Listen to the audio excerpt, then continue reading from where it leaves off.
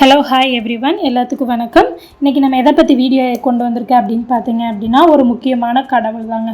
So அந்த கடவுள் யாருன்னு உங்களுக்கு யோசனை இருக்குது. அவர் வேறு யாரும் இல்லை, சுவாமி ஐயப்பன் தாங்க. ஐயப்பனோட வாழ்க்கை வரலாறை பற்றி தான் உங்களுக்கு இன்றைக்கி நான் சொல்ல போகிறேன். ஓகேங்களா? சரி, வாங்க வீடியோக்குள்ளே நம்ம போகலாம். கடவுள் ஐயப்பன் பார்த்தீங்க அப்படின்னா அவரை பற்றி எல்லாத்துக்குமே யூஸ்வலாக தெரியும். நிறைய பேர் சபரிமலைக்கு மாலை போட்டு போகிறப்ப முக்கியமாக ஹிஸ்ட்ரியாக தான் தெரிஞ்சுக்குவாங்க. அந்த மாதிரி நிறைய பேர்த்துக்கு தெரியும். நிறைய பேருக்கு தெரிஞ்சது ஐயப்பன் தன்னுடைய அம்மாக்காக என்ன செஞ்சார், சிறப்புகள், அப்புறம் மஞ்சமாதேவி. ஸோ இவங்களை பற்றி தான் ஜென்ரலாக ஐயப்பனை பற்றி நிறைய பேர்த்துக்கு தெரியும். நான் உங்களுக்கு என்னடா புதுசாக சொல்ல போகிறேன்னு உங்களுக்கு யோசனை இருக்கும். ஆமாங்க, இது புதுசு தான் கொஞ்சம். ஏன்னா ஐயப்பன் எப்படி பிறந்தார், யாருக்கு பிறந்தாருங்கிறது இன்ன வரைக்குமே தெரியாத ஒரு கேள்வியாக தான் இருக்குது. தெரியும், மோஸ்ட்லி நிறைய பேர்த்துக்கு தெரியறதில்லை. எப்படி இந்த ஸ்டோரி ஃபுல்லாக யாருக்கும் தெரியறதில்லை. ஸோ அது சிம்பிளாக ஷார்ட்டாக உங்களுக்கு பிடிச்ச மாதிரி நான் சொல்ல போகிறேங்க, அவ்வளோதான். ஓகேங்களா? இப்போ ஐயப்பன் எப்படி பிறந்தார் அப்படின்னா பார்த்தீங்க அப்படின்னா, பார்க்கடலை கடைஞ்ச ஒரு விஷ்ணு பகவானுடைய ஸ்டோரி உங்கள் எல்லாத்துக்குமே தெரியும். ஸோ அப்படி பார்க்கடலை கடைஞ்சி நஞ்சு வெளியே எடுக்கிறப்ப விஷ்ணு பகவான் சண்டையெல்லாம் போட்டுட்டு ரெஸ்ட் எடுத்திருக்காரு. ஓகேங்களா? ஸோ அப்போ என்ன பண்ணிட்டார், இந்த பிரம்மாஸ்வரர் என்ன பண்ணிட்டார்னா, ஐயோ விஷ்ணு எல்லாத்தையும் கொண்டுட்ருக்கானே, நம்மளையும் கொண்டுருவான், அதனால் நம்ம சீக்கிரம் உஷாராயிடணும் அப்படிங்கிறதுக்காக பிரம்மேஸ்வரர் என்ன பண்ணியிருக்காருனா, சிவனை நினச்சி ரொம்ப மனம் முருகி ஒரு தவத்தை பண்ணியிருக்காரு. ஓம் நமச்சிவாய, ஓம் நமச்சிவாயன்ட்டு. உடனே இந்த குரலை கேட்டு சிவபெருமான் என்ன பண்ணிட்டாரு, அடடா நம்மளை நினச்சி இப்படி உருகுறானே, இவனை போய் கண்டிப்பாக நம்ம மீட் பண்ணணும் அப்படின்ட்டு சிவபெருமான் என்ன பண்ணிட்டாரு, பிரம்மேஸ்வரரை பார்த்துட்டாரு.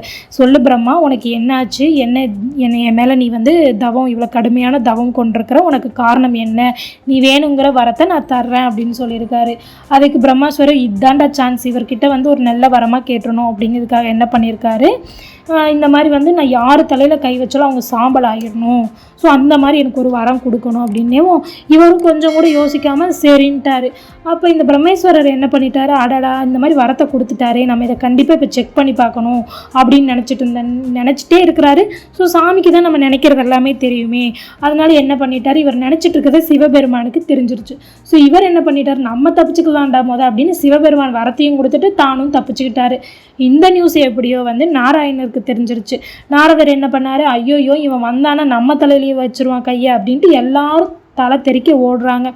அப்போ உடனே விஷ்ணு பகவானை நாரதர் மீட் பண்ணியிருக்காரு.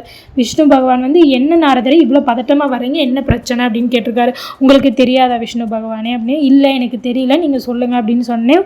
இந்த மாதிரி நடந்த விஷயத்தை எல்லாத்தையும் நாரதர் சொல்லியிருக்கிறாரு. அப்போ விஷ்ணு பகவான் என்ன பண்ணியிருக்காரு, கண்டிப்பாக இவருக்கு ஒரு பாடம் புகட்டி தான் ஆகணும், வேறு வழியே இல்லை, இந்த மாதிரி ஒரு வரத்தை கொடுத்துட்டாங்க, அப்போ என்ன பண்ணுறது, நாடே அழிஞ்சிரும் அப்படிங்கிறதுக்காக என்ன பண்ணிட்டாரு, நான் பிரம்மாஸ்வரர் வேறு வழியாக நான் டீல் பண்ணிக்கிறேன் அப்படின்ட்டு ஒரு பேர் அழகியா சிவபெருமானும் விஷ்ணு இந்த பிளானை போடுறாங்க. ரொம்ப அழகான பெண், உலகத்திலே ரொம்ப அழகான பெண்ணாக மாறுறாங்க. மாறி யார், விஷ்ணு பகவான் மோகினிங்கிற ஒரு அவதாரம் எடுக்கிறாரு. ஸோ அந்த மோகினிங்கிற அவதாரத்தை எடுத்து ரொம்ப அழகாக நடன நாட்டிய பெண்ணாக பிரம்மாஸ்வரருக்குள்ள வீட்டுக்குள்ளே போகிறாரு. ஸோ அங்கே போனோன்னு என்ன ஆயிடுது, எல்லோரும் நடனம் ஆடுவாங்களா, அந்த புறத்துலேருந்து வந்தவங்க, மேலோகத்துலேருந்து வந்தவங்க, இந்த ரம்பை ஊர்வசிலாம் தெரியல, ஸோ அவங்கள மாதிரி தான். அப்போ என்ன பண்ணியிருக்காங்க, இங்கே பிரம்மாஸ்வரரோட ஆலயத்தில் இந்த மோகினியும் டான்ஸ் ஆடியிருக்காங்க. அப்படியே இவங்களோட அழகுல மயங்கி பிரம்மாஸ்வரர் என்ன பண்ணிட்டு இருக்காரு, அழகே நீ எங்கேருந்து வந்திருக்கிற, இவ்வளோ அழகாக இருக்கியே அப்படின்னு கேட்டேன். நான் உங்களோட திறமைகள்லாம் பார்த்து உங்களை பார்க்குறதுக்காக நான் மேலோகத்துலேருந்து வந்திருக்கேன் பிரம்மேஸ்வரா அப்படின்னு சொன்னேன். அடடா அப்படியா, நீ தப்பாக நினச்சிக்காட்டி நான் உன்னை சொல்லட்டா அப்படின்னே, சொல்லுங்க அப்படின்னு சொல்லி மோகினி சொல்லியிருக்காங்க. நான் உன்னை திருமணம் செஞ்சுக்கவா அப்படின்னு கேட்டிருக்கிறதுக்கு அதுக்கு மோகினி சொல்லியிருக்காங்க, உங்களை யாராவது திருமணம் செஞ்சுக்க வேண்டான்னு சொல்லுவாங்களா, ஆனால் எனக்கு ஒரு கண்டிஷன் இருக்குது அப்படின்னு சொல்லி மோகினி சொல்லியிருக்காங்க. அப்படியா, உனக்குன்னு ஒரு கண்டிஷன் இருக்கா, கண்டிஷன்னு சொல்ல முடியாது, இருந்தாலும் எனக்குரிய ஒரு லட்சியம் அப்படின்னு சொல்லலாம் பிரம்மேஸ்வரா அப்படின்னு சொன்னோன்னே, அப்படி என்ன லட்சியம் நீ சொல்லு, பெண்களுக்கு முன்னுரிமை கொடுப்பவன் இந்த பிரம்மன் அப்படின்னு சொல்லியிருக்காரு.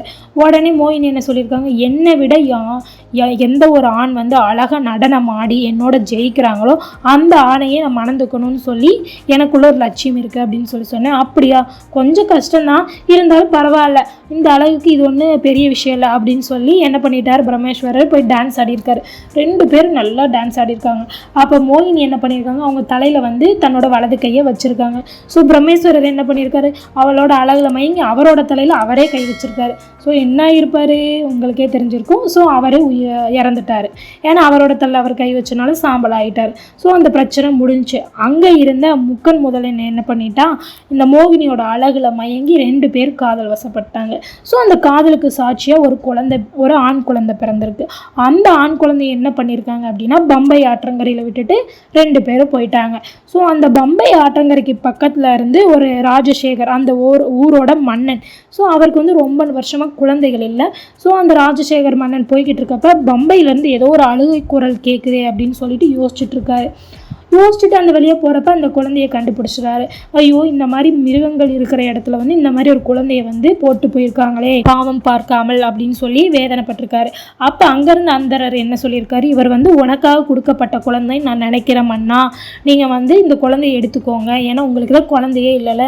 ஸோ இந்த குழந்தைய எடுத்துக்கோங்க. இந்த குழந்தையோட கழுத்தில் வந்து நவரத்தின மாலை இருக்கிறதுனால வந்து இந்த குழந்தைக்கு பேர் மணிகண்டன் சூட்டலாம் அப்படின்னு சொல்லியிருக்காங்க. அதுக்கப்புறம் என்ன பண்ணியிருக்காங்க, சரின்னு இவர் வந்து தன் மகனாக வந்து அந்த ஆண் குழந்தைக்கு மணிகண்டன் என பெயர் சூட்டி எடுத்துக்கிட்டார்.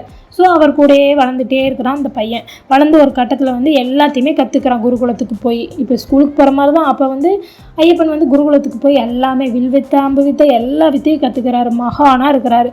ஸோ அவரோட குருவே என்ன சொல்கிறாருன்னா, நீ வந்து ஒரு பேர் அதிர்ஷ்டம் இருக்கிற குழந்தை, நீ ஒரு சுவாமி குழந்தை, நீ வந்து எனக்கு ஒரு குருதட்சணையாக ஒன்று பண்ணணும் அப்படின்னு சொன்னேன். சொல்லுங்கள் குருவே, உங்களுக்கு என்ன நான் பண்ணாங்க அப்படின்னு கேட்டிருக்காரு. என்னோட வாய் பேச முடியாத என்னோட பையனை நீ வாய் பேச வைக்கணும் அப்படின்னு சொன்னேன். உங்களுக்கு குருதட்சணையாக நான் இதை பண்ணுறேன்னு அவர் பண்ணிட்டார். அவர் பையனும் அந்தரனோட பையனும் பேசிட்டார். ஸோ நீ வந்து ஒரு நார்மலான குழந்தை இல்லை, நீ வந்து சுவாமியால் படைக்கப்பட்ட ஒரு குழந்தை, மக்களுக்கு வந்து நீ தீர்வு அளிக்கிறனா இருக்கணும்.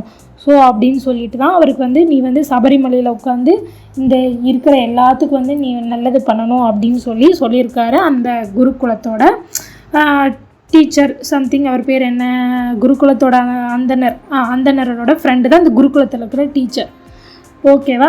ஸோ ஐயப்பனோட சொன்னவர் வந்து அவர் என்ன பண்ணியிருக்காருன்னா, ஓகே அப்படின்னு சொல்லிட்டு அவரோட பையனுக்கு சரி பண்ணிவிட்டு ஐயப்பன் வீட்டை நோக்கி போயிருக்காரு. அதுக்கப்புறம் தான் அவங்க அம்மாவுக்கு உடம்பு சரியில்லாமல் புளிப்பால் கொண்டு வந்திருப்பார். ஸோ அவரோட சிறப்புகள் வந்து அதிகமாக ஆக அவர் கடவுளால் வந்து பெற்றவர் அப்படின்னு சொல்லி கணிச்சிருக்காங்க. அதுக்கப்புறம் தான் சபரிமலையை போய் வசிச்சிருக்காரு ஐயப்பன். ஓகேங்களா. ஸோ இதோட நம்ம வீடியோ முடிஞ்சதுங்க. மேலும் இன்ட்ரெஸ்டாக தெரிஞ்சுக்க நம்ம வீடியோ சப்ஸ்கிரைப் பண்ணுங்கள். பாய்.